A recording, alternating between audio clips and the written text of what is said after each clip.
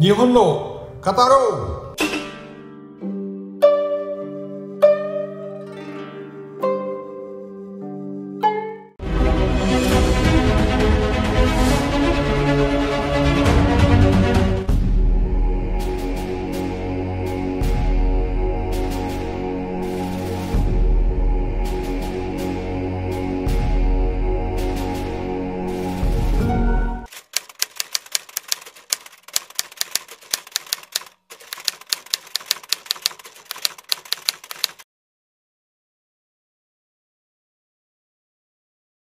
Sahabat Senpai, situasi di Laut Cina Selatan terus saja semakin memanas.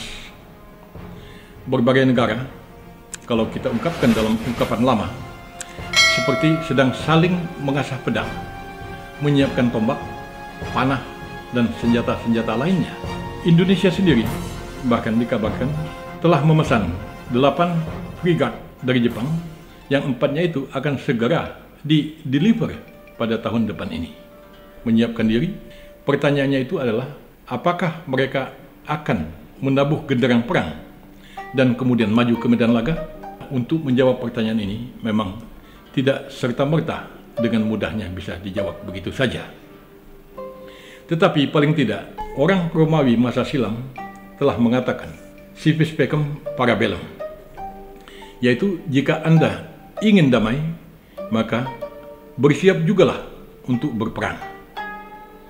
Nah, saya sendiri sebenarnya sejak tahun 2004-2009, ya, belasan tahun yang lalu, khususnya waktu saya masih menjabat sebagai Wakil Ketua Komisi 1 DPR RI bidang pertahanan, telah sering mengatakan bahwa damai itu sesungguhnya tidak lebih dari sekedar jeda di antara dua perang.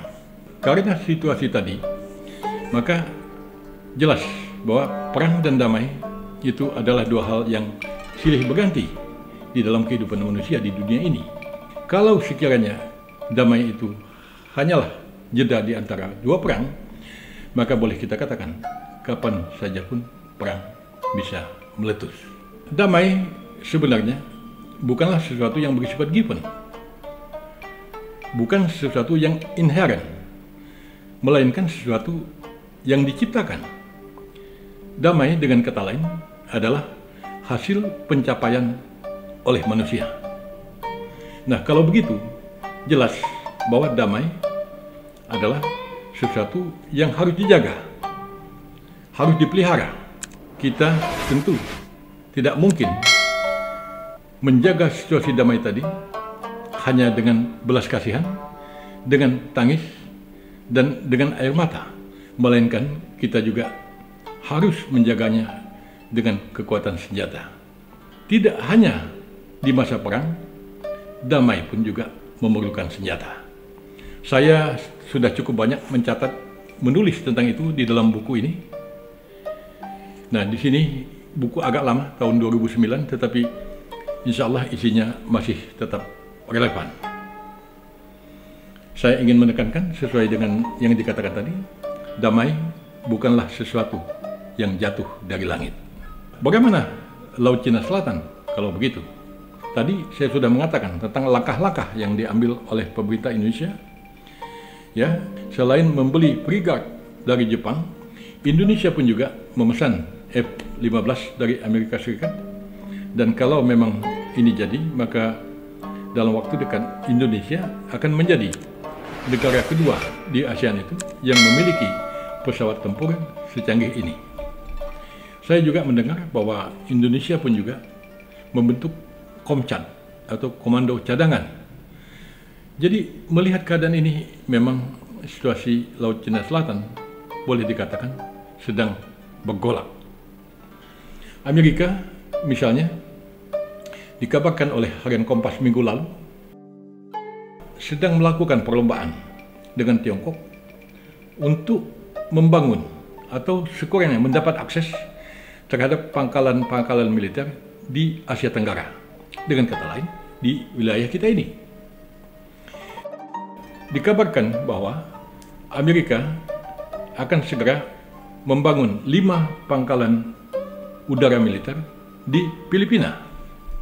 Dan untuk itu Amerika menyiapkan dana sebesar 6,5 juta dolar Amerika. Dikabarkan juga bahwa pada tahun berikutnya Amerika pun juga akan menggelontorkan 66,5 juta US dollar ya untuk membangun ya fasilitas pertahanan, khususnya pertahanan udara di negeri itu. Nah, bagaimana dengan bekas pangkalan militer Amerika di Filipina itu yang kontraknya telah habis beberapa tahun yang lalu di Subic Bay atau di Teluk Subic? Itu semacam kepala otoritas Metropolitan Subic, Mr. Roland Paulino, mengatakan bahwa masalah diaktifkannya kembali pangkalan laut Amerika di Subic itu hanya tinggal menunggu masalah waktu saja. Menarik di sini bahwa Amerika kelihatannya semakin kepincut begitu untuk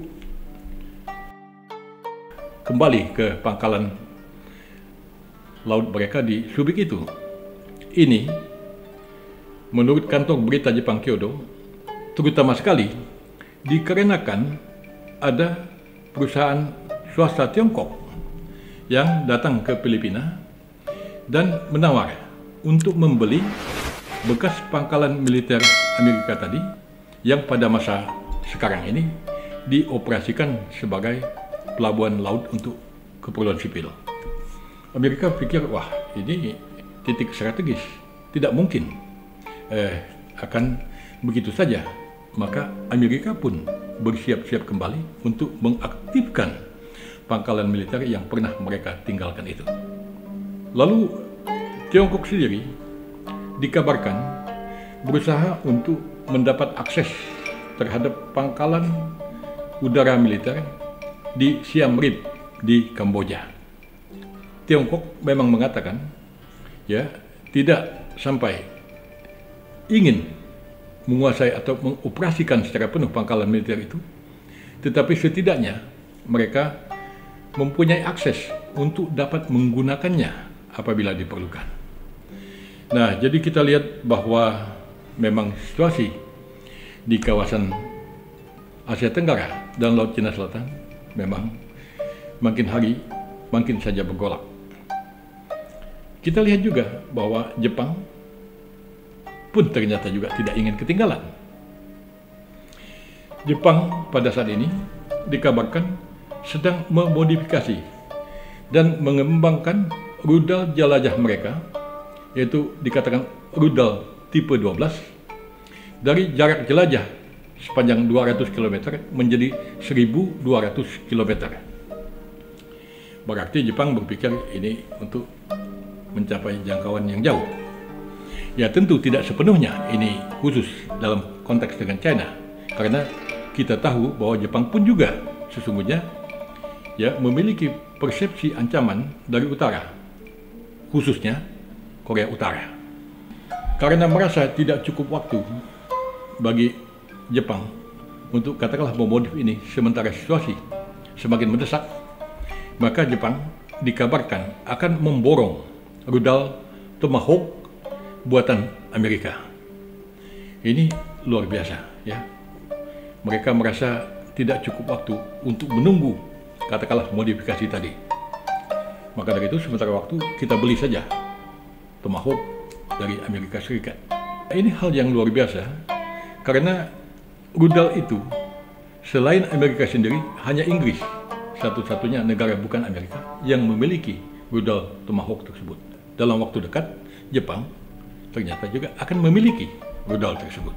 Saya juga membaca bahwa pada tahun 2006 itu rudal tipe 12 itu yang sedang dimodifikasi tadi juga, dan bersama-sama juga dengan rudal dari darat ke udara, yaitu rudal SAMS tipe 3 itu juga akan diproduksi oleh Jepang pada tahun 2026.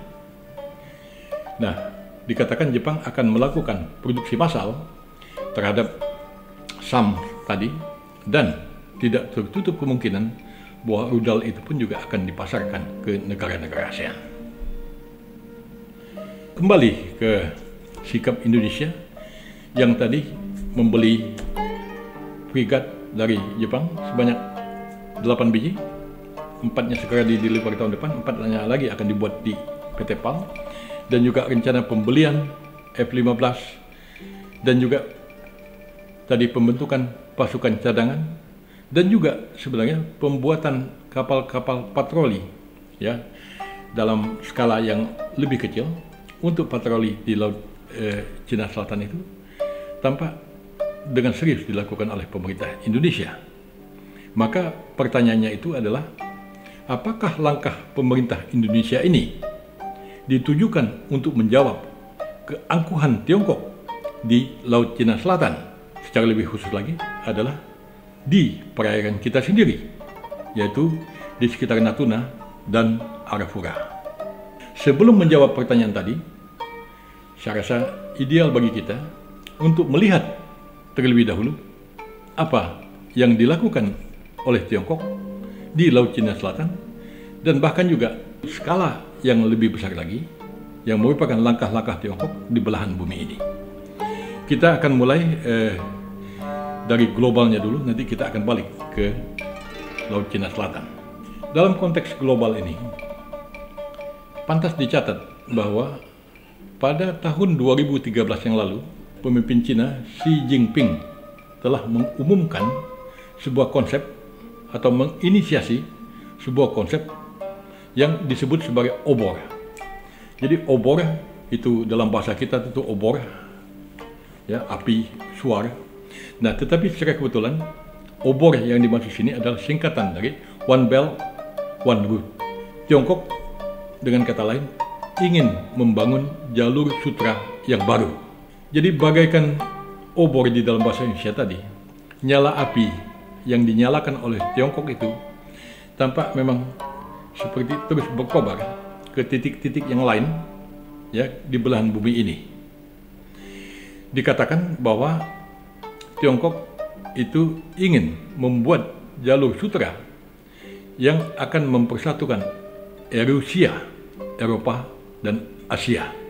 Lalu bagaimana asal-usul sebenarnya konsep jalur sutra ini? Sebelum berbicara tentang jalur sutra yang baru yang ingin dibangun kembali oleh pemerintah Tiongkok melalui Xi Jinping, ideal bagi kita untuk sedikit belajar sejarah, meninjau tentang Silk Road pada masa silam.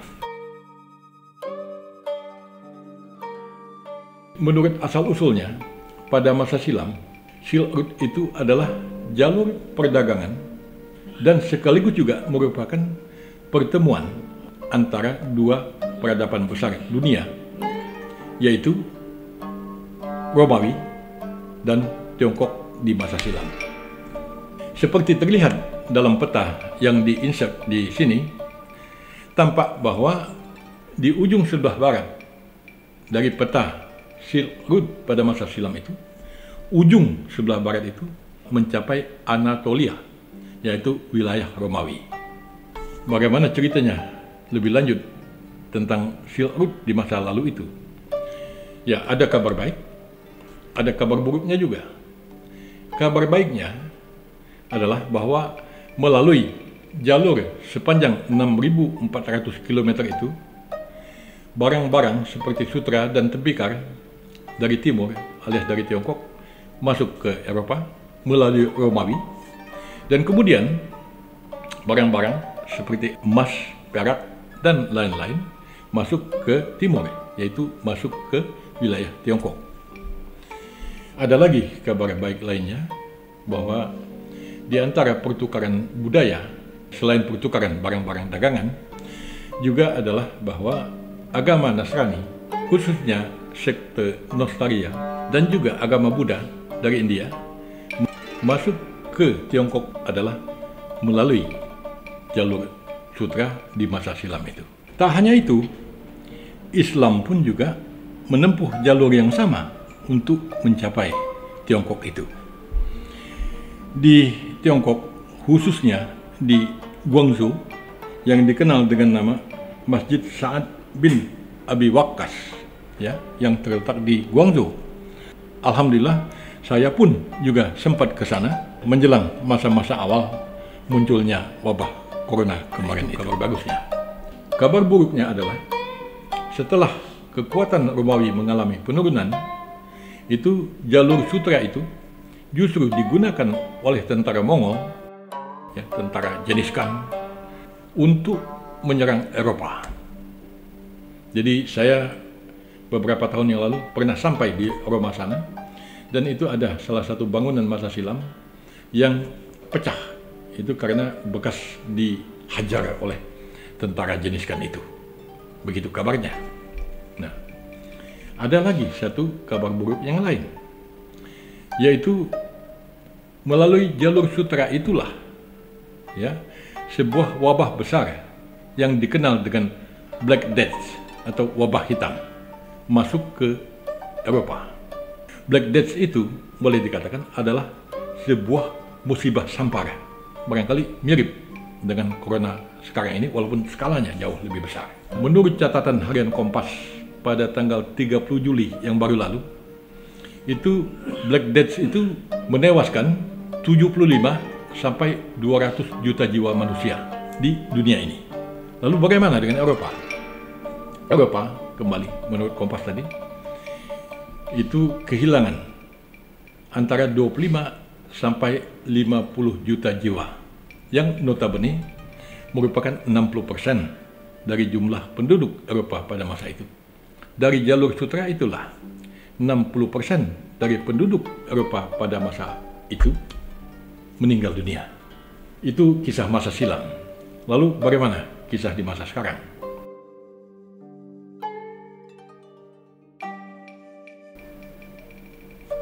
Yaitu jalur sutra yang ingin dibangun kembali oleh Xi Jinping tadi. Sebenarnya berbeda dengan jalur sutra di masa silam itu. Pada masa sekarang ini, Tiongkok ingin membuat dua jalur sutra, yaitu jalur sutra darat yang telah ada pada masa silam tadi, tentu dengan beberapa modifikasi, dan juga jalur sutra melalui jalur laut. Kita bisa melihat ini di dalam peta yang di-insert di sini, jelas bagaimana titik-titik yang dilalui itu. Nah, tapi pertanyaannya adalah konkretnya bagaimana langkah yang akan ditempuh oleh Tiongkok untuk mewujudkan jalur sutra yang baru ini.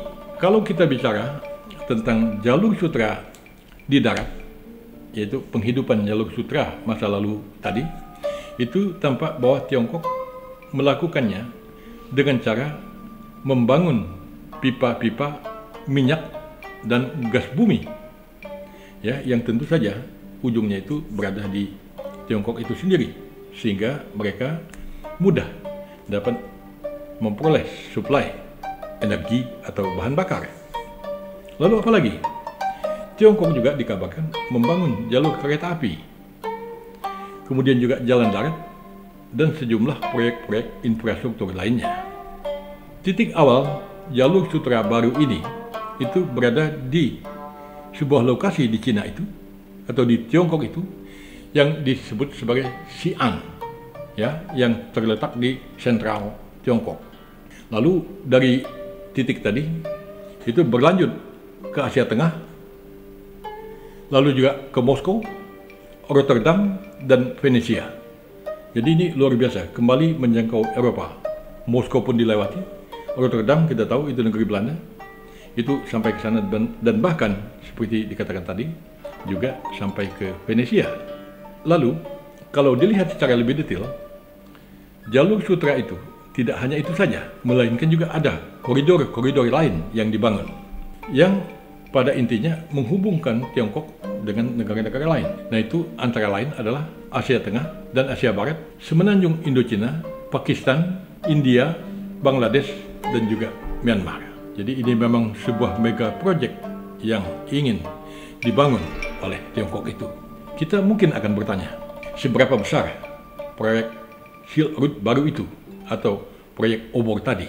Menurut data World Bank tahun 2015 yang lalu, dari skalanya obor itu akan mencakup setidaknya 65 negara dan 4,4 miliar manusia. alias 40% dari GDP dunia.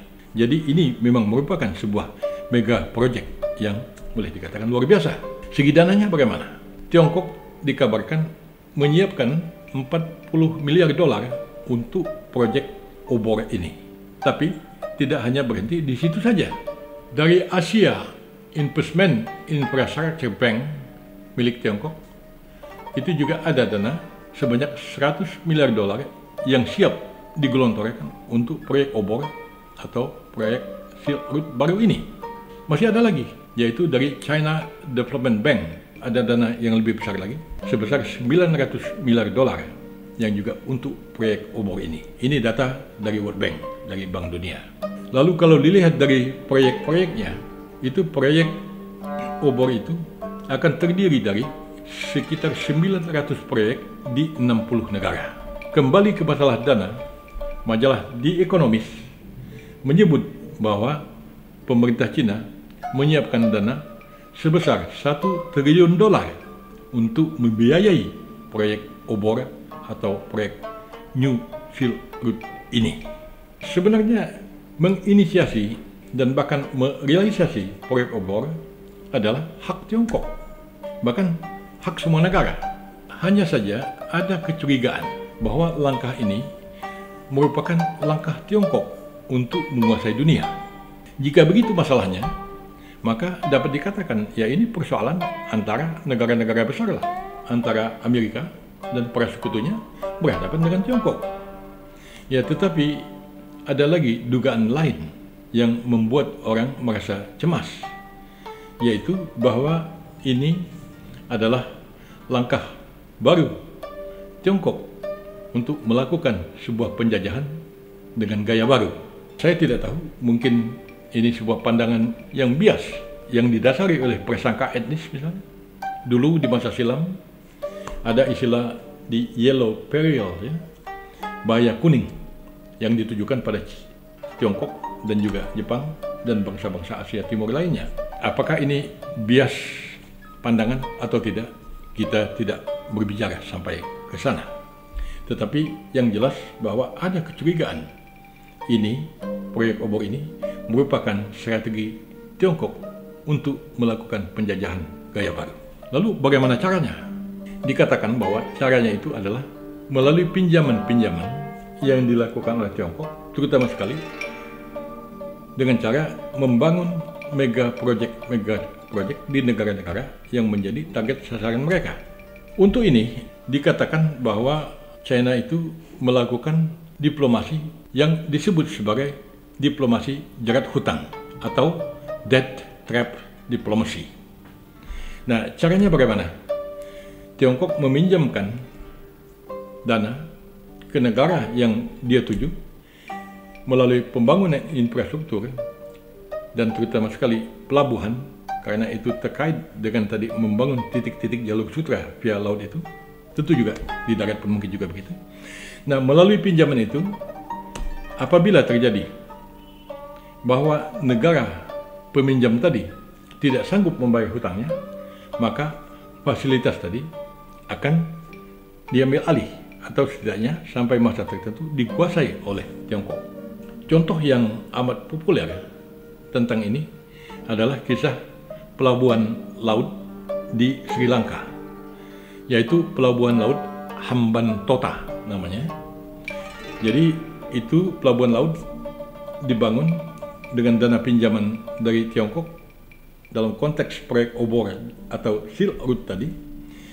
Kemudian ternyata Sri Lanka tidak sanggup membayar hutangnya, dan sebagai akibatnya maka selama 99 tahun dikuasai oleh Tiongkok, yaitu yang merupakan konversi atas hutang Sri Lanka yang tidak terbayar itu.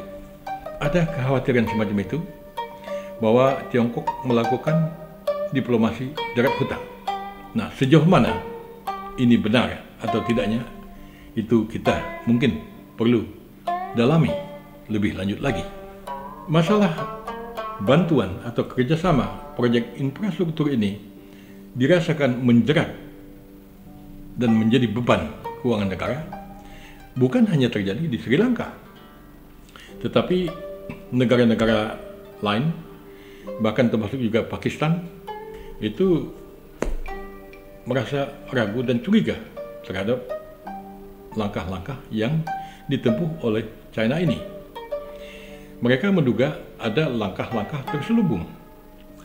Nah, ini sama dengan cerita tadi di atas dikatakan ada perusahaan swasta China yang datang ke Filipina untuk membeli pelabuhan Subic di Subic Bay itu untuk sebuah kegiatan swasta. Tetapi ada kecurigaan, terutama dari pihak Amerika, sehingga Amerika kepincut seperti saya katakan tadi, bahwa di balik itu sebenarnya ada tujuan-tujuan yang bersifat terselubung. Nah, keraguan terhadap langkah-langkah Tiongkok ini juga terjadi di Malaysia. Kembali, menurut sumber harian Kompas, pada tanggal 27 Juli tahun 2022 ini, Malaysia pada akhirnya membatalkan proyek kereta api cepat dari Kuala Lumpur ke Singapura. Mengapa? Ya, pemerintah Malaysia merasa bahwa proyek itu bukan saja hanya terlalu membebani keuangan negara, tetapi juga bahkan cenderung menjerat dari segi keuangan.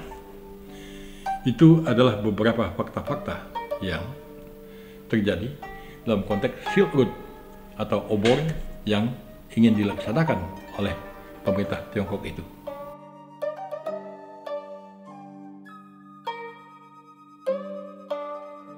Kita kembali ke Laut Cina Selatan. Kalau di Laut Cina Selatan, lalu bagaimana? Apa yang dilakukan oleh Tiongkok di situ?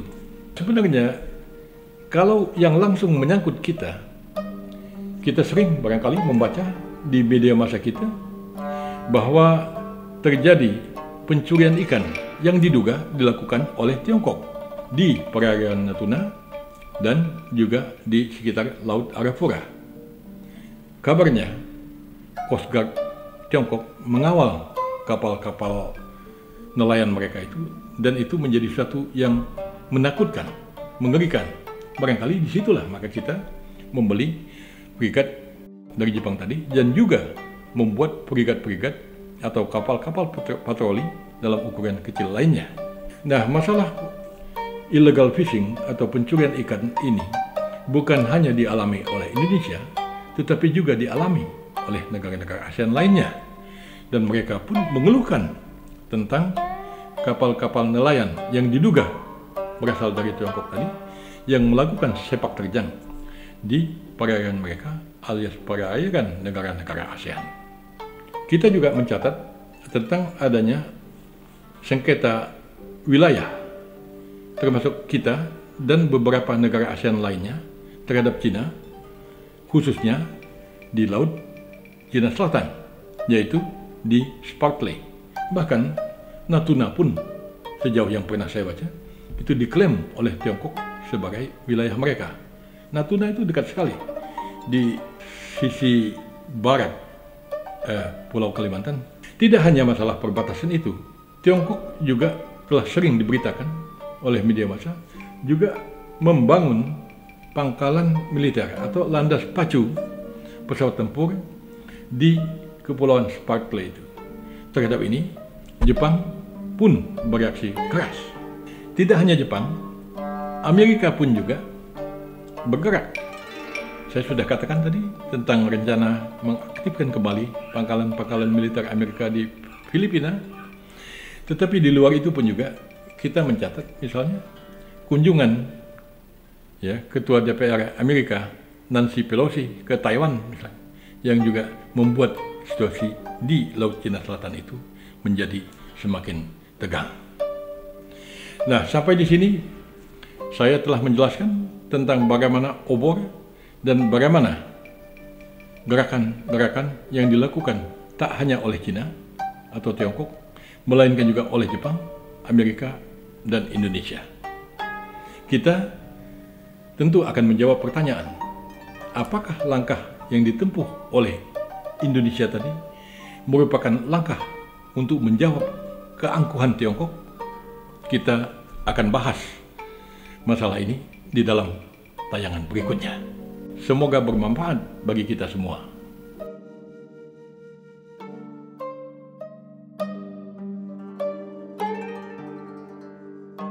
Akhir kata, saya ingin mengucapkan selamat kepada Laksamana TNI Yudo Margono sebagai Panglima TNI yang baru. Selamat bertugas, semoga TNI kita tetap jaya. Soge dewa, mata aimashou.